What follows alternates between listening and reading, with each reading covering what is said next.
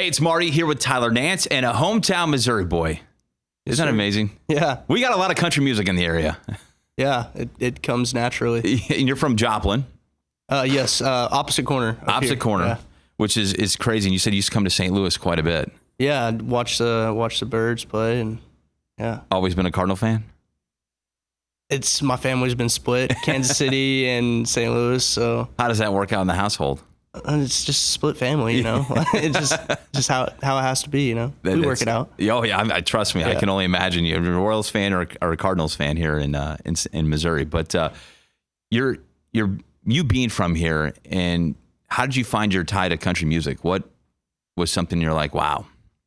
I just grew up from a young age. My grandma always sent me home with CDs, and I would just grow up listening to that all the time, new music, old artists, and I just fell in love with the sound and the storytelling and all of that.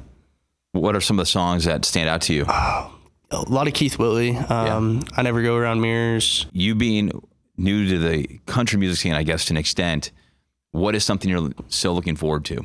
I'm really looking forward to playing shows and getting in front of live audiences and meeting fans, just getting to know them and kind of really meeting the people that got me to where I'm at now. Now, you played a few songs for us. Can you go down the list and name them for us? So the first song is Whiskey Mirror the Pain. I wrote that whenever I was still working, still welding on the road. I was driving home, and I got a voice memo of it while I was home. I was doing some stuff, and I drove home real quick because I had to finish it, and got a voice memo of it. And then about a year and a half later, I actually cut it in Nashville whenever I moved there. Yeah, the second song I'm putting out October 3rd. It was one of the first songs I wrote whenever I moved into Nashville, and I was new to co-writing and stuff like that. Yeah, that was the next single following up Keeps Me Sane. Okay. Keeps Me Sane, I wrote in June, and just didn't really think too much about it. I was sitting on my couch in Nashville, and I had to write the next day, and it was late, so I wrote the first verse, and I took it to the guys, Brent McCullough and Donnie Napier, and I was like, hey, what do you guys think of this? They're like, this is sick. So we figured it out and finished the song, finished writing it, and I teased it on social media, and it went berserk. Isn't it crazy what social media can do? Yeah, I don't know where I'd be without it. Yeah.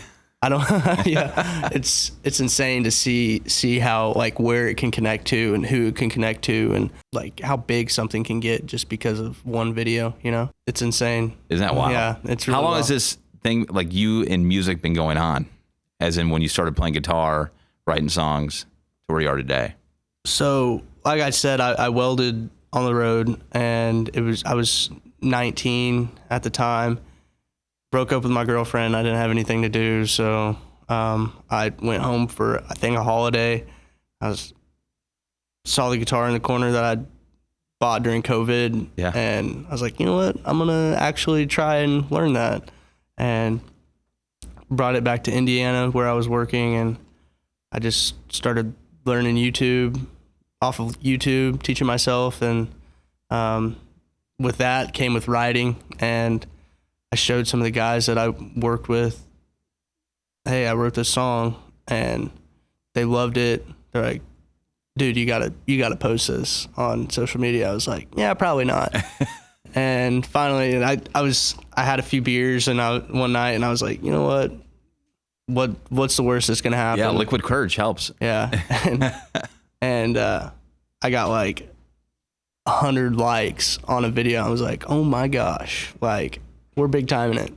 Yeah. And from then I just kept writing and posting, and it's been right at 2 years now, like a little over 2 years now, playing guitar and writing, and my life's definitely changed.